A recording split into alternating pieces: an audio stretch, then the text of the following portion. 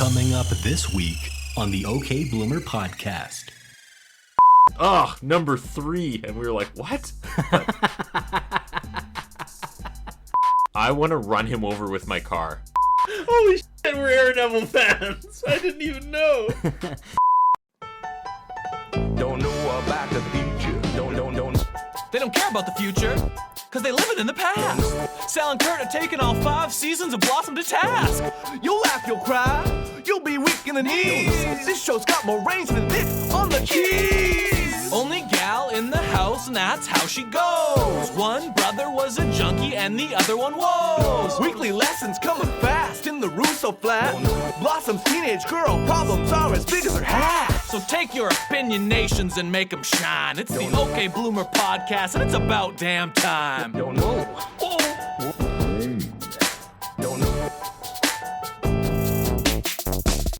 Do it, Rockapella. Oh, hang on. There we go. Season 2, episode 7.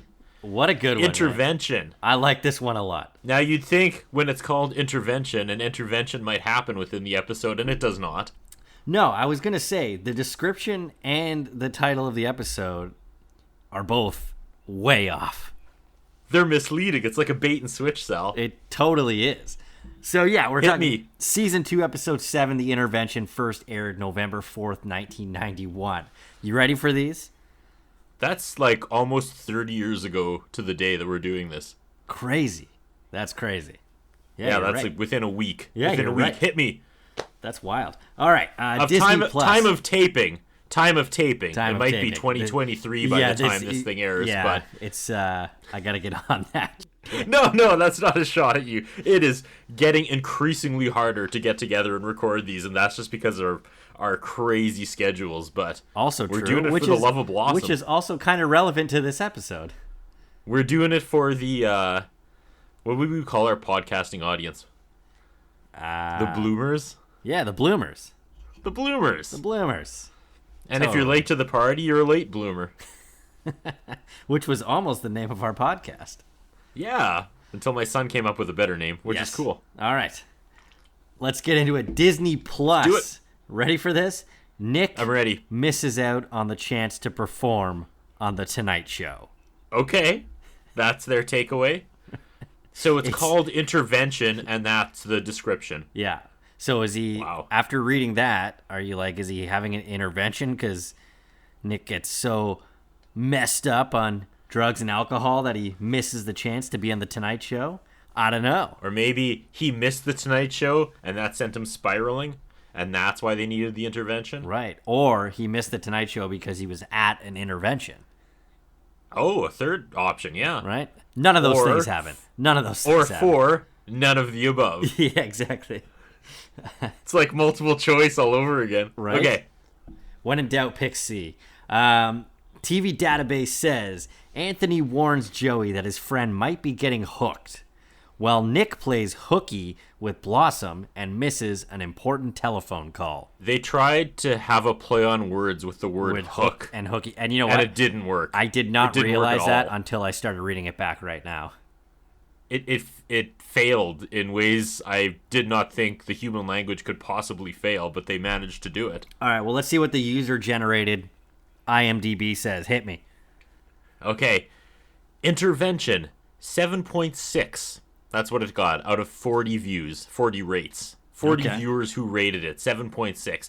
Anthony tries to intervene when he sees that one of Joey's friends is depending too much on alcohol. That's a clunky sentence if I've ever heard one.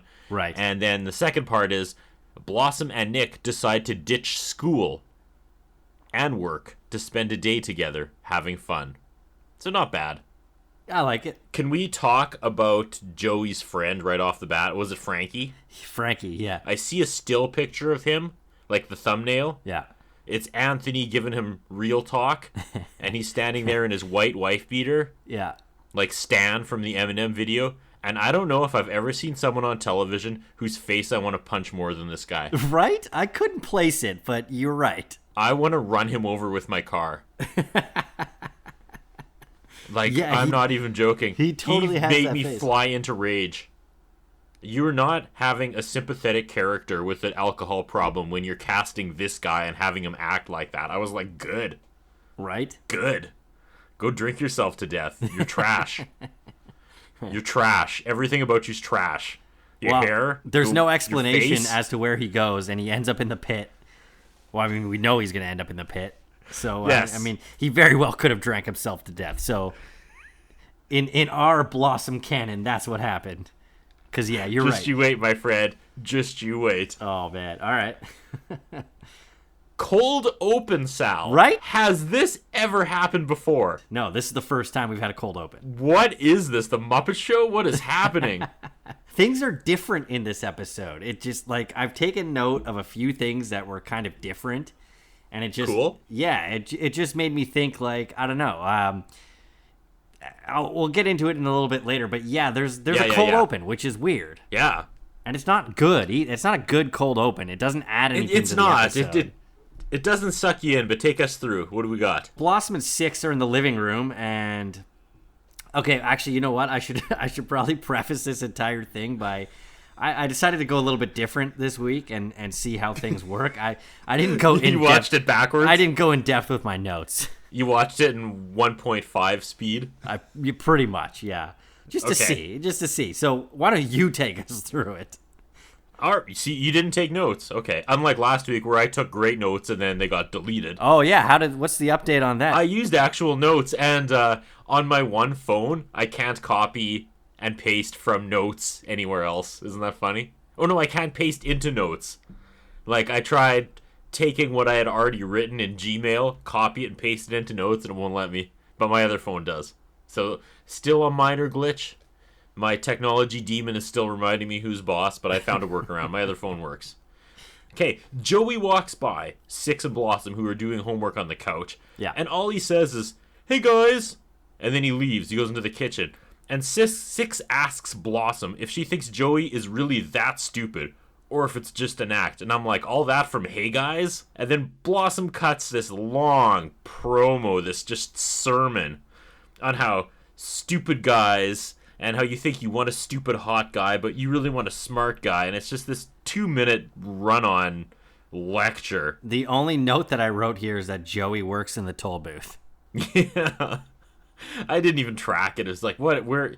Because, I don't know why, but you knew this wasn't going to pay off. Yeah. Just the way Blossom was going on and on. Like, this is going to be a bunt. This is going to be a You know where grounder. it's going with Six. Like, you know what's going to happen, and sure enough. Yeah, it's true. And sure enough, It finally ends when Joey pops his head back in from the kitchen and goes, "I'm going to do some sit-ups. Anyone want to hold my feet?" And Six jumps at the chance. Right. I wrote stupid. That was my note. That was my takeaway from this cold open. But that was their first kick at the Canada cold open. So, again, doesn't have anything to do with the episode, which I guess cold opens don't typically...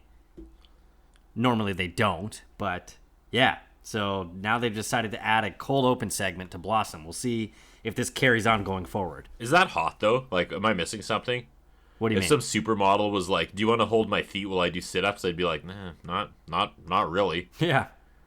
Like, I feel like the chance of you tooting while doing sit-ups is pretty high, and I'm right there on your feet, and I'll never get past that. Did you just say tooting?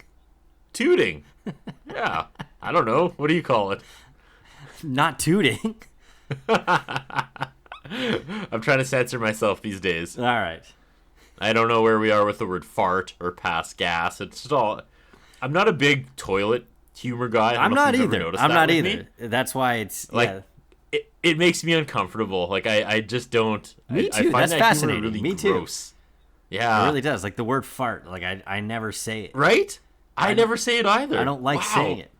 Breaking Maybe that's wind, why we bonded. passing gas. Yeah, it just... I don't like any of that. Yeah, I don't know. Like if you actually look back at the history of our friendships and jokes that we've made, none of them really contain toilet humor. None of them do. Yeah, we're not wow. toilet humor guys. We're not. We're not highbrow by any stretch of the imagination. Well, No, that's for sure. I'll crawl on my belly through the dirt like everyone else. Absolutely. But yeah, just never been a big toilet humor guy. Yeah. Well, you said No. toot, so Toot. that's Yeah. something. Well, it's... Yeah. I hope... Yeah. My daughter, however, thinks tooting is hilarious. She's of a course. big fan of toilet humor. Oh, yeah, So well, I'm trying to... kids, I right? always try to downplay it, right? Yeah. Sorry if that's spilled into the cast, but that's where I am in my life. I've got a gross little daughter who thinks farting is hilarious. It's Okay? kids, man. It's all kids. A couple of years ago when she was like 2, we were sitting on the couch and I was playing Nintendo and I was just making her laugh, and both my kids do this where they laugh so hard their laugh goes like super deep and then they go silent, like they just shake and no sound comes out. Right. So, and that's always my challenge, is to get them to that point. I did that with my son and I'm doing that with my daughter now. It's like a huge victory when I can get her laughing so hard she makes no sound. So a couple years ago she was doing that when I was playing Nintendo, and then she just kind of stopped and then she was silent. And then without looking at me, because we were both just staring at the TV while I was playing like Castlevania, she goes, Dad, I didn't just pee my pants a little bit. I was like, all right. we got to work on your tell, girl. Well done. Right.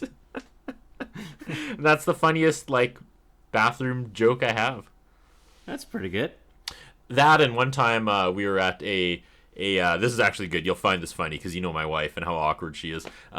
We were at this museum, and there was one display that for some reason had this extension cord stretched across the floor of the museum for real. And we were walking around, That's and a she tripped hazard. over it. She tripped over it like twice, like not fell on her face, but like tripped and stumbled. Yeah. And then, and then she used the washroom, and then when she came out of the washroom, she kind of almost tripped over it a third time, and then she starts like she's drying her hands in the air, and she goes, "Oh, number 3," and we were like, "What?"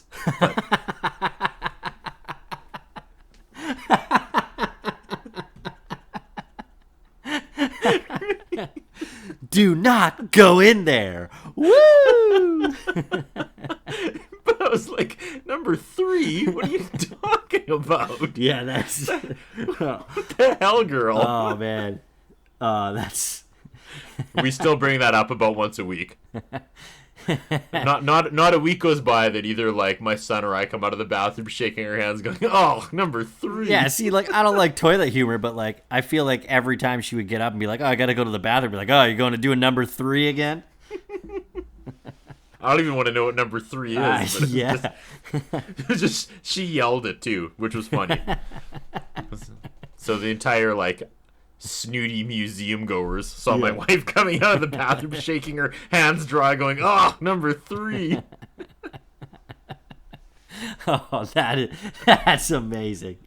That is amazing. Wow, I'm glad I led with the my daughter peeing her pants joke and closed with that one. That was a hit. Out of the park, man. You knocked that out of the park. That's great. Nice. That's good stuff. Okay, we go to the intro. Yes. It asks if I want to skip, and I do not. I skipped it this week. Did you? Yeah. I feel like you're cheating on the cast. No matter how bad the episode is, I can always like shuck and jive to Dr. John. I assure you, though, I'm not slacking, even though I didn't take real notes and I skipped the intro. I'm fully into this.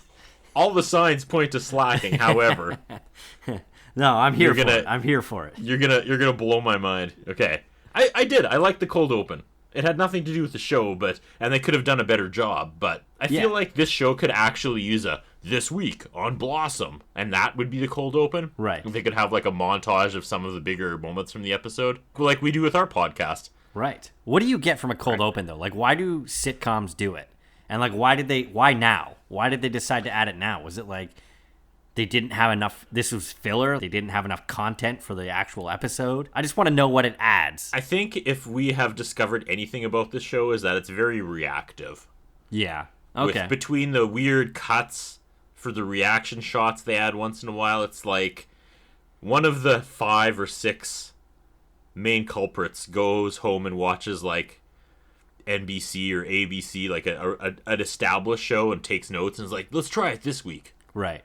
Yeah. Like they're kind of evolving because of the other shows around them, instead of trying to carve their own way. Yeah. And make their own things that are just like isolated to Blossom. They're just kind of pulling from a whole bunch of other shows they're probably watching at the time. Yeah, it just seems like they're trying to fit a format here because, like, all of a sudden there's a cold open, and in this episode, too, there's a credit scene. Yeah. Instead and of then, freeze frame with credits, there's an actual scene where the credits roll over. And Blossom gets a friend named Jazz that Nick throws out of the house every time. Ah! The second last shot, I have to point out, when she does her handspring, we're back to Blossom wearing Dead Angus's XXX sweater. And I don't know if I mentioned this before, because I've thought this. I don't know if I've committed it to cast yet. I wonder if they were originally going to do this like the Simpsons gag, where each week the second last shot was going to be her doing a forward flip in a different outfit. Yeah, but we then kind they of talked realized about the that. logistics and the amount of work involved, and they scrapped it. So they only have two options, and they kind of ping pong back and forth between the two. Did I talk about that before? 'Cause We I have still brought find it that up how there was fascinating two that- different outfits, and we were wondering if they were going to change it up. like the Simpsons. It looks like they haven't. They just go back and forth between they the gave two. up. Yeah. Let's hanker down and watch some credits. See if we have 4 supervising producers this week instead of 3. Is this the week we get a 4th? Judith D. Allison is 1. Bill Richmond is 2. Rochelle Rosette Schaefer is 3. Come on. No. That's it. Just Tag team 3. champs Goldstein and Prince are back producing, alongside with the lady with the Quentin Tarantino actor name, Roxy Wink Evans. You They're can't all tell me back. that's not like a Quentin Tarantino girl name, Totally. right? Totally. Roxy Wink Evans. And she has like sunglasses that turn into a shotgun or something. Yeah. That's my Roxy Wink Evans gag this week. Last week's was way better. I also feel like Roxy Wink Evans calls everyone hun. Yeah, you've brought that up before. Yeah, totally. The gang's all here. This one was written by Don Rio and Judith D. Allison. Have they teamed up before? Have we had a combo of them? We must have. I'm sure. Yeah. All right. I'm losing track. There's too many. Too many There's cooks? too many mediocre episodes, and that's the worst part of doing a review podcast like this, is when you get a mediocre episode. Right. When you have a great episode, you remember it. When you have an absolute bottom-feeding stinker of an episode, you remember it. But it's the ones that are just kind of meh that all just blend together. Thoughts on this one? What'd you think? Mediocre? I would put it a few notches above mediocre. yeah, I liked it. I would say it borders on mediocre and good. Yeah, absolutely. There's definitely a few parts that I was like, come on, you're better than this. But there was a few times they definitely had some good Blossom moments that we took for granted in season 1. Right. I enjoyed this one a lot. So yeah, it starts off in the living room. I did too. It definitely wasn't one of the ones I'm going to remember when it's all said and done, No. like near the top of the list. But it had way more redeeming qualities than not. Based on the title of the episode, you were expecting it to be way better than it was. Yeah, I think that was the thing. You thought this, because one of these days it's going to go down with Anthony. Like that's their ace up their sleeve, right? Is Anthony falls off the wagon, and he's going to. Like, we know it. We're waiting for it. It's like, is it going to be this season? Is it going to be the finale? Is it going to be the season opener for season 3? Okay. Blossom's doing homework in the living room. Nick is playing piano. Well, actually, he's not playing piano. Tony comes in hot. Do you want me to just take this? Like, you really didn't take notes? No, I took some notes here. Nick's like writing a jingle for a shitty commercial. Blossom's doing homework at the coffee table, and then Tony comes in with a dilemma about calling a girl that he met while saving her on his ambulance job, which I forgot that he had. Yes. Well, he comes in, he's like, I picked up a girl this morning, and then Buzz's head slowly rises out of one of the flower pots in the living room. Eyebrows up. Yeah. No, he picked her up in the ambulance. She busted her femur, and let me tell you, they get a lot of mileage out of the word femur in this episode, do they not? I only heard it the once when he talks about her incredibly long and well-shaped femur. They keep using femur throughout this episode. All right. It's a thing, yeah. Yeah, he says she broke her femur, her long, beautiful femur. Thumbs up. I thought that was pretty funny. He's into it. Because I started thinking about my wife, and I was like, she's actually pretty good. She's got some nice femurs herself, It's an unappreciated part of the female anatomy, I think. What's the femur? What is that? It's your leg, man. Your whole leg is a femur? I thought it was No, it's like the upper. It's like the thigh bone above the isn't it? knee, isn't it? Yeah, the femur. Yeah. All right. Just say. All right. So you've been a fan of the femur all this time? Okay. I'm not a femur right. guy. It's like Seinfeld. You're a femur, not a femur guy? Okay. Yeah. I have a femur. No. That's a Seinfeld thing. I always thought you were a Gotcha. leg man. He's like, why would I be a leg man? I have legs. Gotcha. I missed that. I'm not that fluent in Seinfeld as you'd expect, to be honest. Yeah, it's on Netflix now. All right. He asks Nick, of all people, about ethics. And Nick's like, well, what I'd do is I'd impregnate or ghost her, and then if she is pregnant, I'd tell her she's been with hundreds of men this month and demand a paternity test. That's not what Nick's happens. advice. He's just straight up ignoring his son because he's got headphones on. Yeah, but he's thinking about McCafferty. Obviously, we all are. That's a big number 3 right there. He tells him to ask Blossom, doesn't he? And then she tells him to ask Dad. Yeah, and he's like, "You're both in the same room. What?" And then he he basically gets pissed because no one's paying attention to him. That joke landed. That was pretty funny. But then he goes into this weird place. He does this like game show routine about how he doesn't matter and sulks off into the kitchen. Yeah. And what do we see, Sal? My oh my! What do we got here? As he walks into the kitchen, we see Joey and his righteous bro Frankie in his boxer shorts and wife beater. Yeah, so he's standing there with some dude in his underwear. Now, 2021 Curtis doesn't bat an eye, but 2021 Curtis, watching this through 1991 lens, braces himself for a flurry of homophobic jokes that don't actually come. No. Because it's Joey, fully dressed, standing with some other dude who's in his underwear. Yeah, and they both have like those old school like gym water bottles with like the straw sticking at the top. Remember those things? Yeah.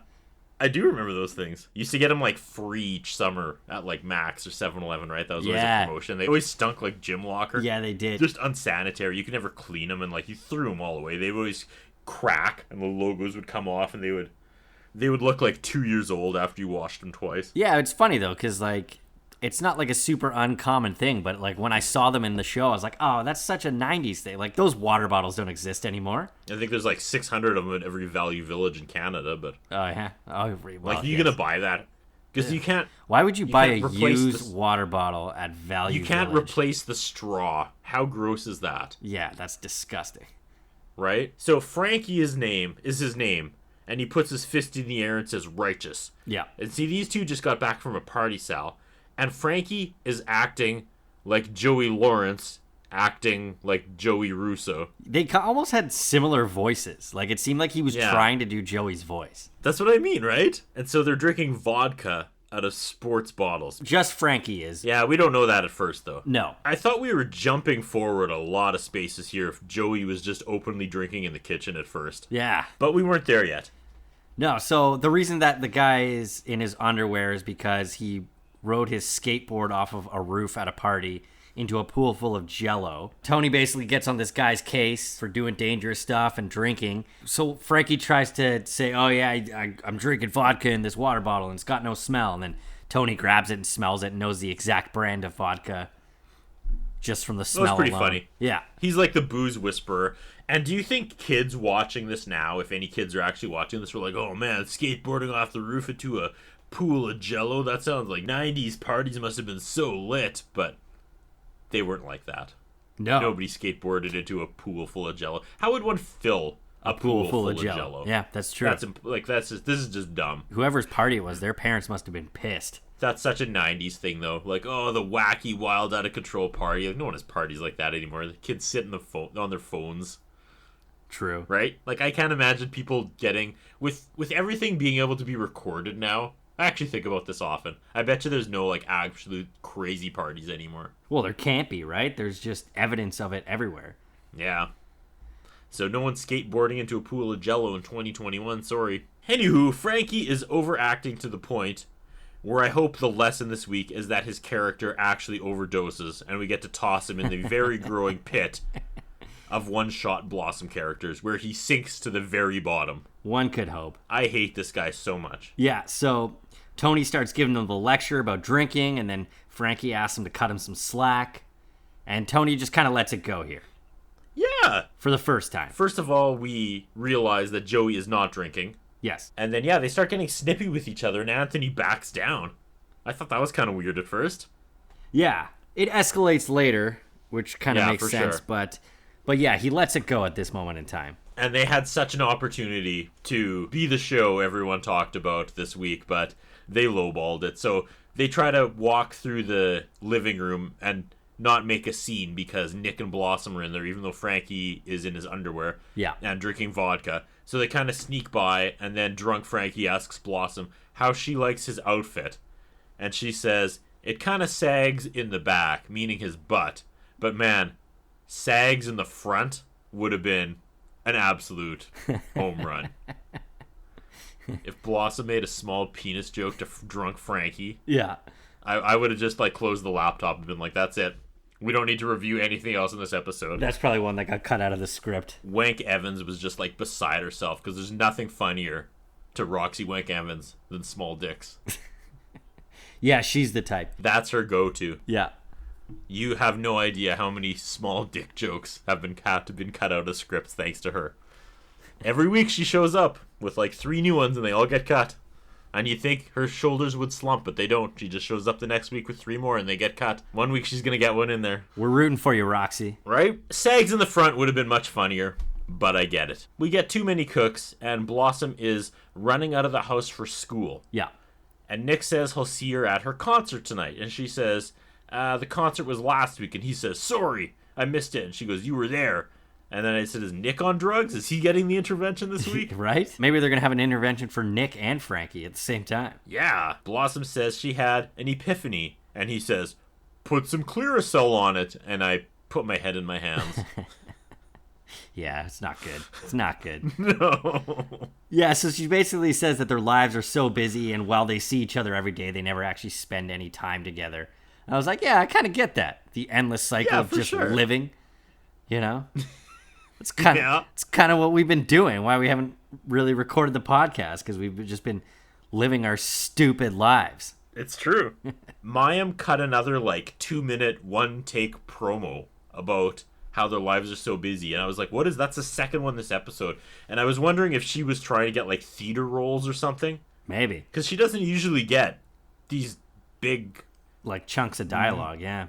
Yeah, these big meaty deep exposés on the current topic, and she's had 2 this episode. So yeah, I wonder if she's thought this was going belly up and was trying to get some theater roles. Could be. Streetcar Named Desire was opening up around the block. Actually, I saw a thing recently with Mayim. She was talking about how she hates musicals. When she was a teenager, she was friends with, Doogie Howser. Neil Patrick Harris? Yeah, she was friends with him, and he was in Rent, and she went to go see it, and he was pissed at her for years, because, she was like, this is kind of lame. I don't want to stand up and give, a standing ovation at the end. And she didn't do it. And then he saw her and was, so mad at her over that. Wow. Yeah. Neil Patrick Harris, all about musicals. Oh, yeah. That's fun to think about. Neil Patrick Harris in Rent, mad at Blossom because she hates it. Yeah. And she won't. I walked out. My wife and I had free tickets to Cats, and we left at intermission. The movie or the stage show? The musical, the live stage. I heard the movie sucked, but yeah, Cats, I don't think it would be for me. The last musical I saw was Book of Mormon, and it was fantastic. Oh, for sure. I saw Hamilton on Disney Plus. It was really good. Yeah, I liked Hamilton. Yeah. I don't think I need to see it again, but I really liked it. No. Didn't we see Spam-A-Lot together? I saw Army of Darkness, the musical. Nice. Or Evil Dead, the musical. That was good. Yeah. South Park, the musical, of course. Right. And Annie, come on. Hard Knock Life is one of the best songs ever written, and I'm not being facetious. Never seen it. I don't remember much other than Hard Knock Life, because that song kicks so much ass. Don't tell me it doesn't. I don't think it's for me. Hard Knock Life? Yeah. Hard Knock Life? Come on. Jay-Z rapped over Yeah, I it. never liked the Jay-Z one. Wow, really? Yeah. All my life I was like, you want to make millions of dollars? You rap over that, and you rap over the opening to The Littlest Hobo. And one of them are gone. So, oh my God. I need to quit doing this goddamn podcast and start my Littlest Hobo rap already. You have to because do I'm it, running man. out of time. That is brilliant. Maybe tomorrow I'm going to settle down. Come on, that's the life of a rapper right there. But they don't, Sal. They never settle down, and that's the whole crux of the song. That's the learning moment. Until tomorrow, I'll just keep moving on. Yeah, every time I hear that, I want to, dance, where you, hook arms and swing in a circle. You know, the Canadian heritage moments? This was a part of our heritage. They should have that, just the entire intro to Littlest Hobo, as one of those commercials. In, the little window. On my Disney review segment I do on YouTube, Yeah. I tried to reenact as many heritage moments as I could in, a minute. Amazing. Did pretty well. Yeah, it was pretty good. Some of them were a little ew. When I did the, it's Pa, he'll be here. Liza! I was like, oh, man. I'm not mocking the events that transpired. You're mocking it a little bit. I'm mocking the crappy Canadian acting retelling of the they're so historical events. Yeah. You better get on that train, mister. No, he can't fly, but he could leap over buildings in a single bound. Why is it Winnie the Pooh? I don't know. It's just Winnie the Pooh. Oh my god. Again, not wanting to keep bringing up my Disney review, but I can't stand Winnie the Pooh. Like, I don't get it. Seriously? You don't like Winnie the Pooh? I hate Winnie the Pooh. Oh my god. Watch my man. Winnie the Pooh. They're the worst. What? They're sociopaths. They never learn anything, and they are horrible friends. No lessons are ever learned. Yeah, it's like It's Always Sunny in Philadelphia if they were a cartoon and animals. Pretty much. What's not to like? What are you talking about? I just watched the Christmas episode. Piglet. He's making a snowman, minding his own damn business. And then, of course, they toboggan right through a snowman and ruin it because they ruin everything for everyone else just being around them. It's true. It's hilarious. Track it. The whole crux of the rabbit's character is that he's always just minding his own business and wants to be alone, just be this introvert, and they just come over and ruin it for him. They just ruin everything for Rabbit. That's good stuff. So anyways, this Christmas episode, Piglet's just minding his own business, making a snowman by himself, and they ruin his snowman, and then they drag him to the skating rink, like the pond, and they're like, we're gonna play hockey, let's pick teams. So everybody picks teams, and they pick Piglet last. And he's like, oh, great, like, I was minding my own business, now I'm being humiliated. Then they're making him play hockey, and he can't skate, so then they stop playing hockey, and they're like, all right, we're gonna stop playing until we teach you to skate. And then one by one, everybody tries to make this kid skate, and he can't, and they're all just getting frustrated and mad at him. The worst people, man. It's Sunny Philly, absolutely it is. That's a great comparison. All right. Where are we? Blossom, right? He wants Blossom to skip school and hang out.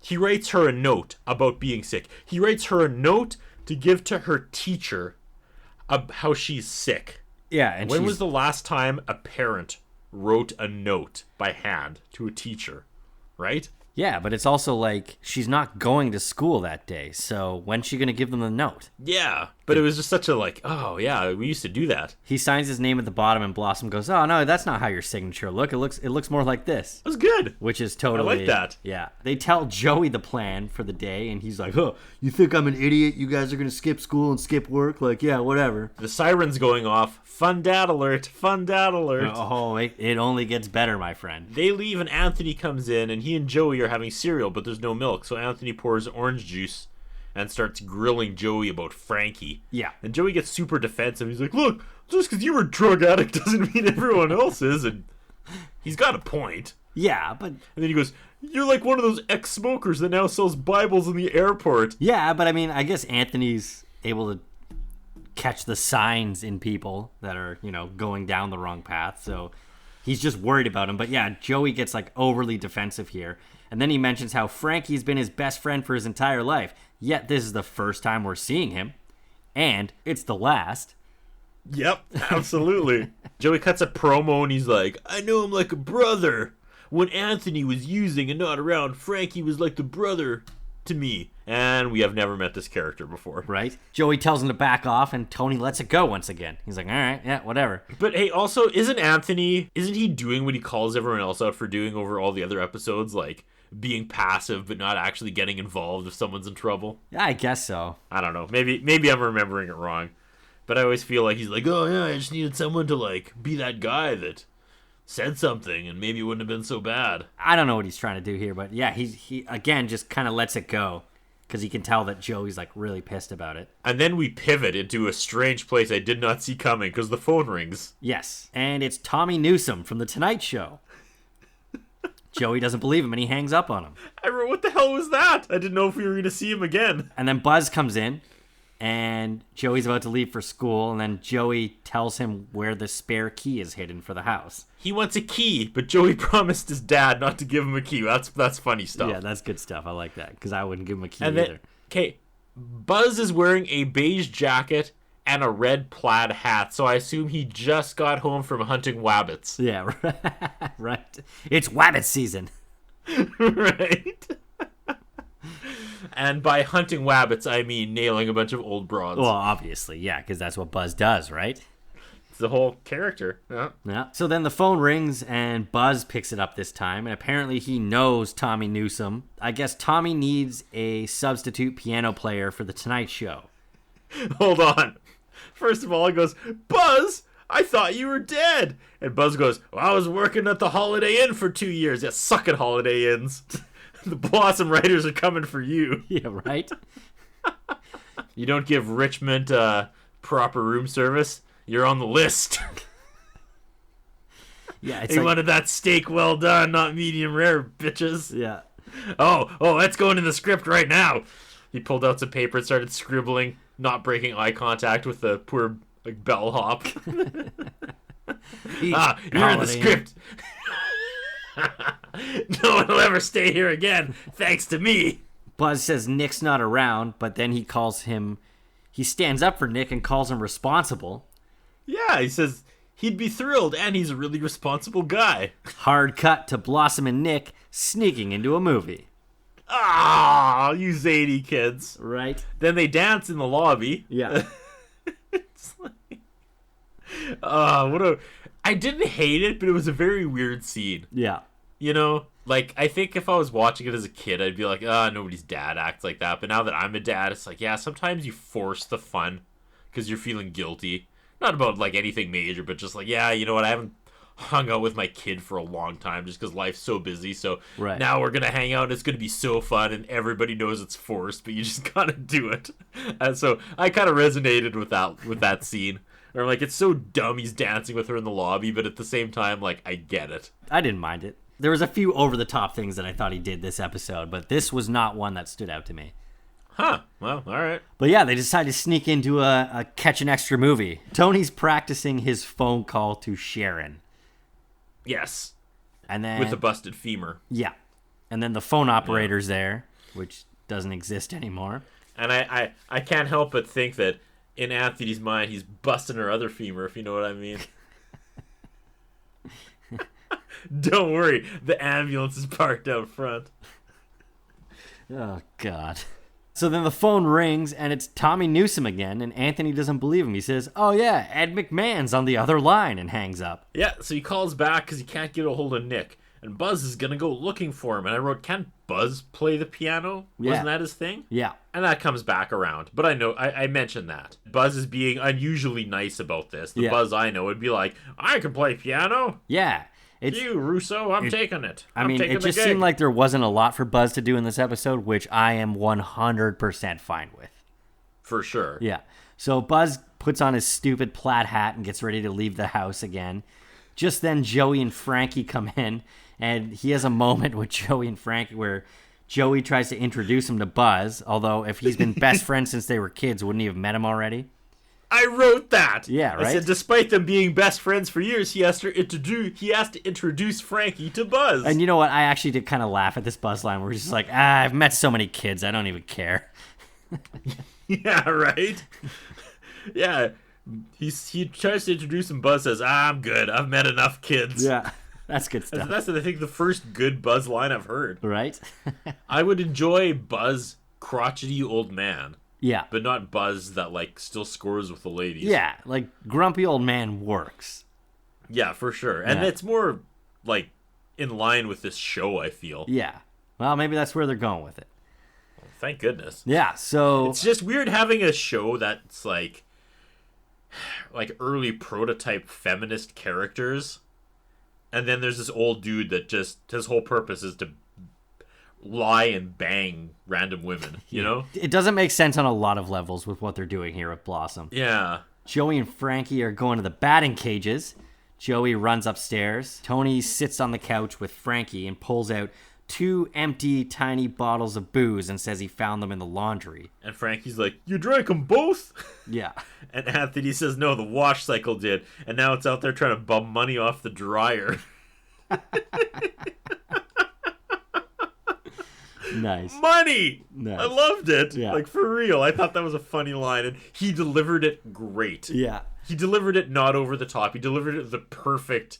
Like, I could see someone saying that, you know? Tony starts to lecture Frankie, offers to take him to a meeting, and then Frankie gets all defensive. He's like, whoa, again with the lecture, man. Like, just over the top with his stupid punchable face. And then he storms out, and Joey comes down, and he's like, what the hell did you do? Yeah. And then Joey and Anthony fight, and Joey tells him to mind his own business, and then we fade to a commercial break. And I wrote, what an after-school special. Yeah. The floatist rocks us back in as the theater employee calls Nick and Blossom out for sneaking into the other movie. Yeah. Now, as a kid, do you remember seeing things like this? And you already kind of poked holes in what I'm going to say, because apparently it happened to you. But, like, I remember watching scenarios like this on television as a kid and being like, oh my god, like, you know, this employee from the theater is just going to, like, come down on an adult and a kid because they, like, no one cares that much. I don't think so. When you actually grow up, like, and your friends and you work in these, like, entry-level jobs. Yeah, like, well, that's the other thing. thing, Every too, teenage employee would, like, take a bullet for where they worked when you were a kid? This guy in real life could care less if they sneaked in or not. Like, he's going to say something to the adult. Yeah, I wouldn't go up to some, like, guy, especially a guy like Nick, who was, like, literally, like, twice the size of this kid. Yeah. This kid was, like, getting in his face, like, calling him out. Yeah. And Blossom was, like, trying to give it up right away. And then Nick called him a Nazi. And the crowd went nuts. The crowd is like, oh. And I agree. What a moment in Blossom. Right? They sneak into a movie, get busted, and the adult calls this kid a Nazi. And yeah, the crowd doesn't know what to do with it. Neither do I. I think that was my favorite part of the entire episode. Oh, for sure. I wrote, what the hell is happening? So then the kid says he's going to go get Mr. Zabo, the manager, and Nick and Blossom run away. So now they're in the fancy restaurant, and isn't that legit the same set of the place where Irene McCafferty worked at? Yeah, well, I brought it up before. They only have one restaurant set on this show. Yeah, that's kind of risky. Yeah. Maybe that was Nick's plan all along. He's like just stringing Blossom along because he just wants to go back to where Irene works. Yeah, totally. He's like, all right, I'm going to need you to wait in the car now for 15 minutes, okay? If you see me going around the back of the restaurant, don't worry. But trust me, it's all about you today, Blossom. Yeah. So the waiter's like reading off the daily specials, and this is the part that I thought was like super over the top. It bothered me more than the dancing, where like Nick is mocking the waiter to Blossom.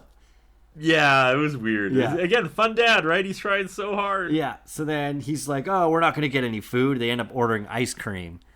And then he says he wants to look at the pies and cakes menu after that. And he also says he's gonna go back and pay for the extra movie ticket when they're done eating. And then he goes, not! And I put a revolver in my mouth. I hated it back then. Wayne's World got old so fast. And I was in the trenches, man. I loved Wayne's World as much as everyone else and quoted it, but there was just like, it hit a wall where I felt like adults absorbed that lingo a lot sooner than most stupid kid lingo. Yeah, fair enough. Like, I swear, like 8 weeks after that movie dropped, like our teachers were like, not, or yeah, and monkeys might fly out my butt. And it's like, stop. Wayne's World was like the Facebook of the 90s. Totally. It's like all the parents took know. over and suddenly it wasn't cool anymore. 100%. Yeah, that's a fair comparison. They want to keep the day going, and they say they're going to go get fries at a Kings game. Yes. And I just like paused. I was like, Kings? For some reason, I thought they would be talking about baseball. I don't know why. Huh. I was like, there's no Kings baseball team. LA Kings, man. I feel like Blossom's been like a baseball-centric show. Like, anytime there's been sports talk, it's always been baseball. Am I wrong? No, it's true. Yeah, well, it's because Joey plays baseball, and yeah. Yeah. But they've referenced other baseball players, and like that guy was on the internet that time telling her about second base. So yeah, I was just like, what are you talking about? And I was going through my mind trying to think of the Kings baseball team. I was like, was there one in the 90s? But then I was like, oh no, yeah, of course hockey. But I just had a weird moment there. Nick tries to do Ed McMahon and goes, ha ha, you are correct, sir. Oh, is so that now, what that like, was? So now we're like calling back to Ed McMahon. This is really, it's just weird. I feel like they're making this up as they go along in parts. Totally. I didn't even catch that reference. Yeah, then Blossom sees two of her teachers having an affair in a very public restaurant during the day. Mrs. Williams, her English teacher, walks in with Senior Martinez. This was supper time, hey?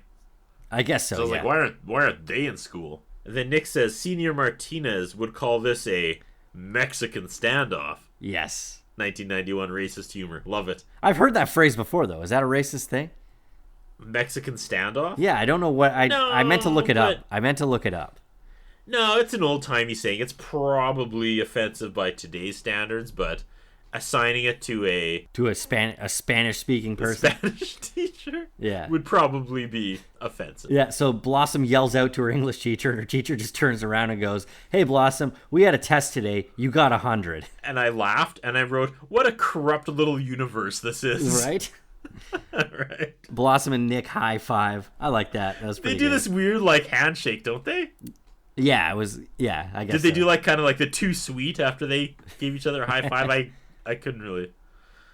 Hey, yo. Hey, yo. Yeah, I didn't really catch it, but yeah. Yeah, Martinez banging the other teacher. One more for the good guys. Is this where the big boys play? You know who I am, but you don't know why we're here. I love Kevin Nash. Yeah, look at the pronoun. Play.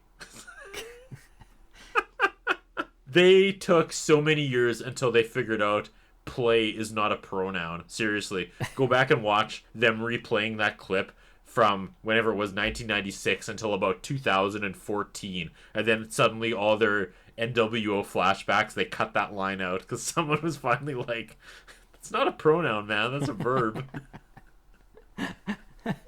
I've never caught that before. Dude, watch, seriously, go back. I'm not making that up at all. That's amazing. They left that in until about 2015.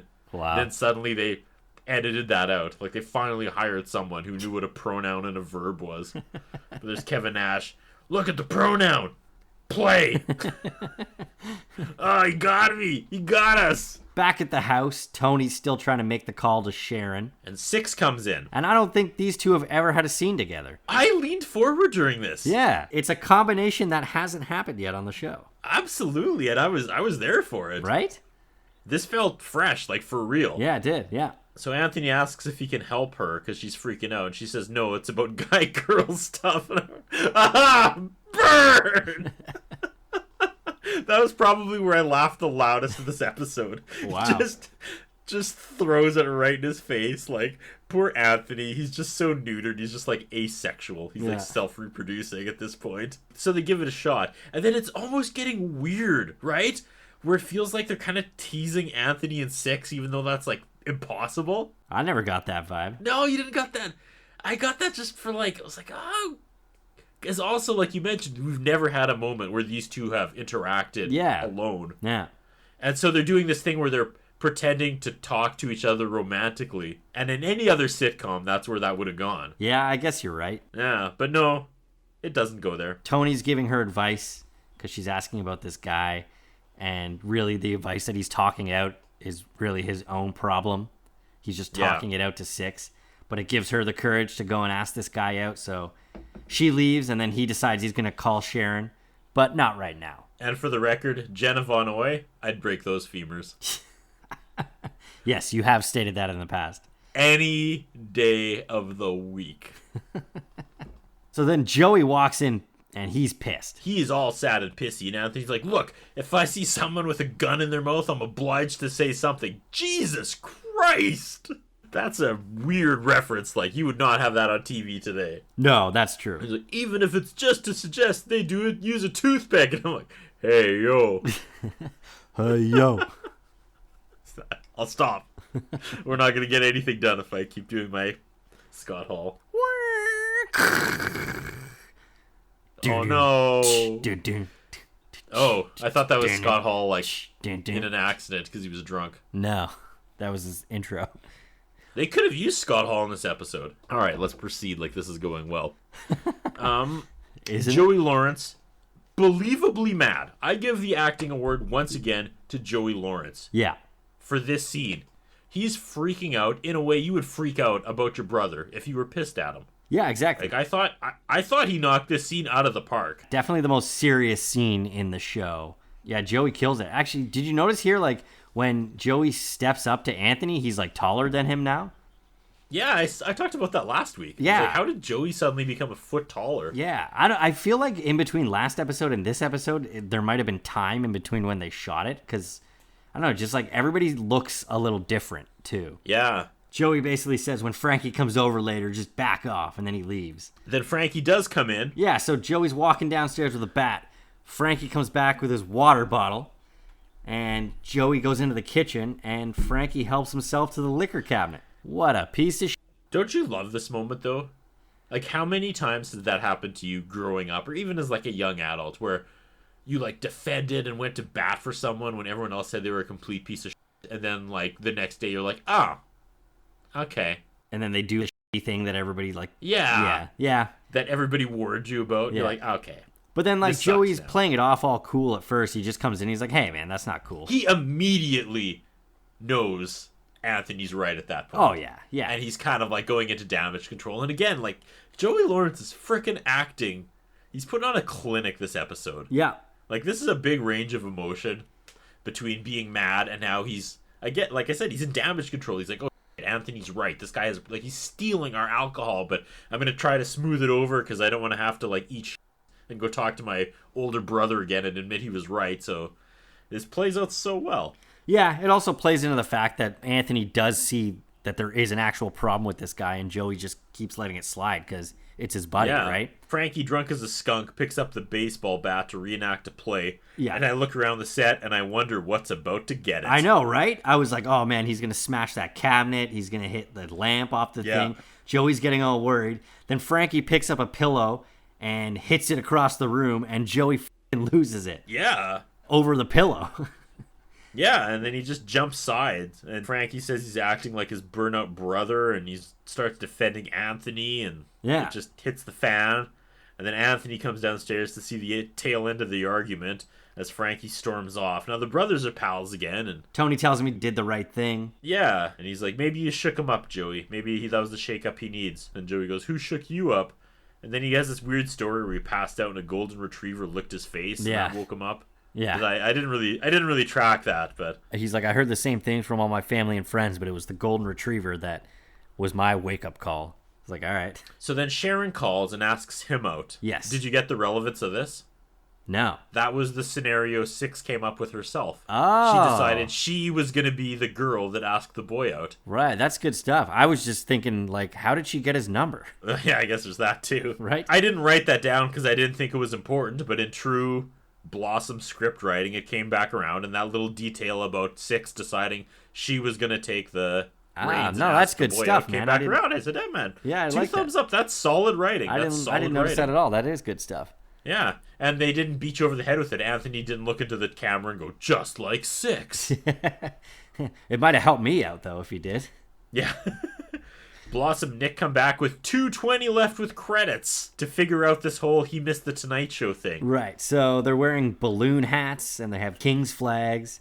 They had a great day together, and then they make a deal to try and spend more time together every day. They come into the living room, and Buzz is on the couch eating bran flakes, and that pays off. Yeah, and Nick is all cocky and asking Buzz how he's doing. Nick at first is all like, oh, how the hell did you get in here? And Buzz is like, oh, I had your spare key. The one underneath there, and Buzz is like, oh, not anymore. Wagga, wagga, wagga. Yeah. So then Blossom's basically just like, look, we had a good day. Can you just be nice? He's like, all right, so how you doing, Buzz? I'm good, but I'll be doing a lot better when the brand kicks in. Gross! You want to talk toilet? That's nasty. So that Buzz can go Why? take a number 3. Right? Why does Buzz have to remind me that his body is constantly expelling something? Right? Like, it's gross. He starts gloating that he stole a gig from Nick, and Nick says he doesn't care because he had a great day. So the episode ends, Buzz turns on the TV, it's the Tonight Show, and Blossom goes, Grandpa! And we freeze frame with Nick's reaction. I kind of like how that tied that up. Yeah, it was good. Yeah. And now we get a scene during the credits. Nick's at the piano, not playing piano. Yeah. And he's not playing the Tonight Show theme. And then he starts crying because he missed the gig. Yeah, he starts crying, going, Johnny, Johnny. Joey and Blossom are on the stairs, and Joey goes, oh, I never realized this was such a sad song. And then I wrote, hard cut to Frankie driving drunk, hitting a tree, being thrown through the windshield, and laying broken in a ditch, crying, and no one hears him. And that's when you cue Scott Hall's music.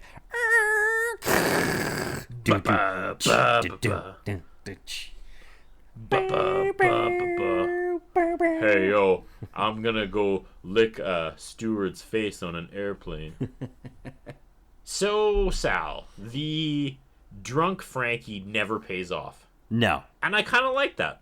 Do you? I do. I really do. He's just in the pit and never to be seen again. It's so sitcom for, oh man, he got into a car accident. I guess so, yeah. There's a good chance he was probably okay, and he just kept on being a shitty friend to the next person and stealing alcohol, and nothing bad really ever happened to him. Like, that's more real life than, oh god, he got kicked off the team and got into a car wreck because he was drinking. Yeah, I guess that's which true. Which is what you would expect. And who knows what happened to him. Yeah. I mean, we know he goes into the pit. Well, yes, of course. So he's our pit character of the week. I didn't look him up. I figured this was you. Frankie was played by Matt Levin. He's still working today. He does a lot of voiceover work because he's got such a punchable face. That would make sense. Yeah. When you said he was still working today, I was like, oh, is that the guy that delivered my Chinese food the other day? Yeah, that was him. He's the Uber Eats driver. The usher was played by Alex Neville. I assume it's Aaron Neville's son. Yeah.